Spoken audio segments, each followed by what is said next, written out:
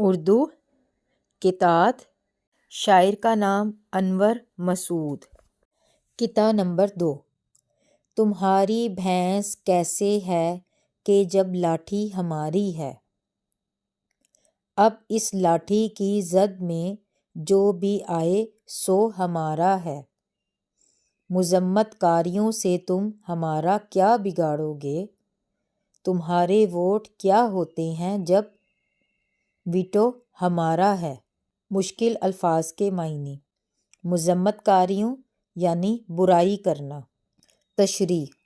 اس دوسرے قطعے میں انور مسعود کہتے ہیں کہ تمہاری بھینس کیسے ہے کہ جب لاٹھی ہماری ہے، یعنی وہ کہتے ہیں کہ جس طرح جس کی لاٹھی اس کی بھینس کا محاورہ ہمارے ہاں عام ہے، اسی طرح ہمارا معاشرہ اس محاورے کی عملی تصویر نظر آتا ہے۔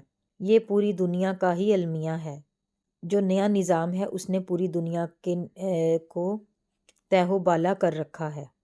افریقہ، ایشیا خاص طور پر ترقی یافتہ اور طاقتور قومیں ہیں۔ امریکہ، برطانیہ، فرانس، چین اور روس نے اقوام متحدہ میں ویٹو کی طاقت حاصل کر کے گویا لائسنس حاصل کر لیا ہے کہ وہ کمزور اقوام پر اپنی مرضی مسلط کر دیں۔ اسے اپنے اسلحے اور فوجی طاقت کے علاوہ معاشی قوت کا وہ استعمال کرتے ہوئے کمزور ملکوں کے حقوق کو دبا لیں، انہیں ڈرا دھمکا کر مفادات حاصل کرتے رہیں۔ جس کی لاٹھی اس کی بھینس کا اصولی عالمی استعمار بن کر پوری دنیا میں دہشت گردی، خوف، ظلم کا بازار گرم کیے ہوئے ہے۔ 2 عالمی جنگوں کے بعد جب بین الاقوامی سطح پر مختلف ملکوں کے درمیان مسائل، صورتحال وغیرہ پیدا ہوئے تو اس بات کی ضرورت محسوس کی گئی کہ کوئی ایسا ادارہ ہو جس میں دنیا کے آزاد ممالک جمع ہوں اور آپس میں گفتگو کر کے آرام سے مسائل کو حل کر لیں۔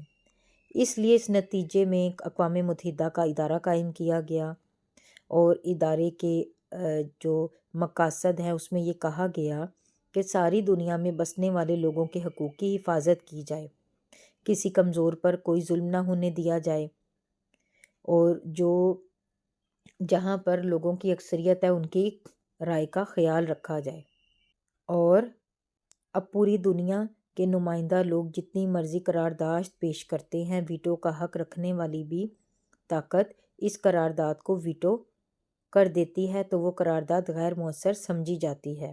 گویا غلط اور صحیح کا معیار بڑی طاقتوں کے پاس ہے، وہ جسے چاہیں غلط جسے چاہیں صحیح قرار دیں، کوئی ان سے پوچھنے والا نہیں ہے۔ انور مسعود کا یہ موقف ہے کہ ویٹو کا حق ایسا ہی ہے جیسے پرانے زمانے میں کسی کے ہاتھ میں لاٹھی کا ہونا تھا۔ لاٹھی اس وقت بڑی قوت کی علامت تھی۔ دنیا میں مساوات، جمہوریت اور انسانی حقوق کے نعرے لگانے والی قوتوں نے اپنے لیے ویٹو کا حق مخصوص کر رکھا ہے، اور اسی حق کی وجہ سے بعض ملکوں کے مسائل کافی سالوں سے حل نہیں ہو پائے، اور یہی وجہ ہے کہ کشمیر کا مسئلہ آج تک حل نہیں ہو سکا۔ فلسطین کے مسلمان نصف صدی سے آگ اور خون کے دریا میں ڈوبے ہوئے ہیں۔ اور کتاب نمبر 3۔